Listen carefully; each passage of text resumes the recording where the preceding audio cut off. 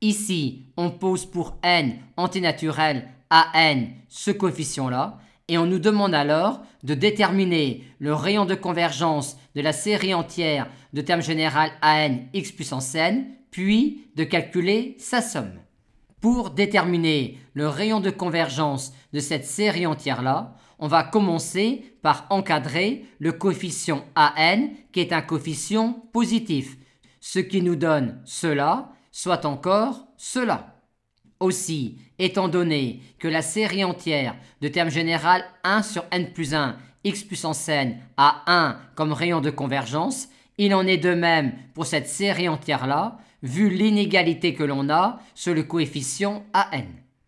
Et maintenant que l'on a montré que le rayon de convergence de cette série entière-là est grand R égale 1, on va essayer de calculer la somme de la série entière pour x dans moins 1 ouvert. Pour cela, arrivé là, on aimerait poursuivre le calcul en intervertissant le symbole somme infinie et le symbole intégrale. Et pour cela, on va valider les hypothèses du théorème d'intégration sur un segment de la somme d'une série de fonctions à l'aide de la convergence uniforme de la série de fonctions sur le segment. On commence x étant fixé dans moins 1 ouvert par poser un de t, cette quantité-là, t parcourant le segment 0, 1.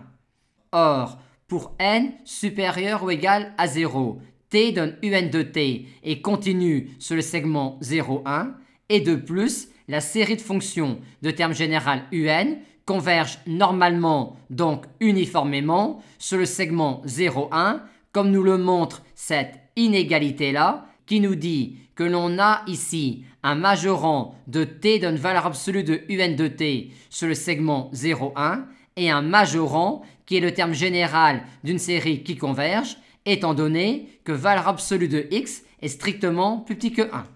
On en déduit que la fonction grand S qui à t associe cette somme infinie-là est une fonction continue sur le segment 0, 1 et que l'on peut intégrer grand S sur le segment 0, 1 terme à terme.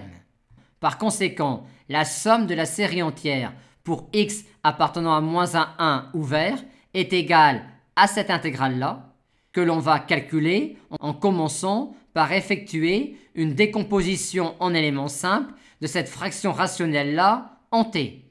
Et on a alors cette expression-là de notre somme de série entière pour x appartenant à moins 1 ouvert. Remarquez que la somme de la série entière qui a 1 pour rayon de convergence n'est pas définie en x égale 1, étant donné que pour x égale 1, cette quantité-là est supérieure ou égale à 1 demi multiplié par 1 sur n plus 1, qui est le terme général d'une série qui diverge. Par contre, pour x égale moins 1, la série entière converge, étant donné que quand x égale moins 1, on a ici le terme général d'une série qui satisfait facilement au critère spécial pour certaines séries alternées.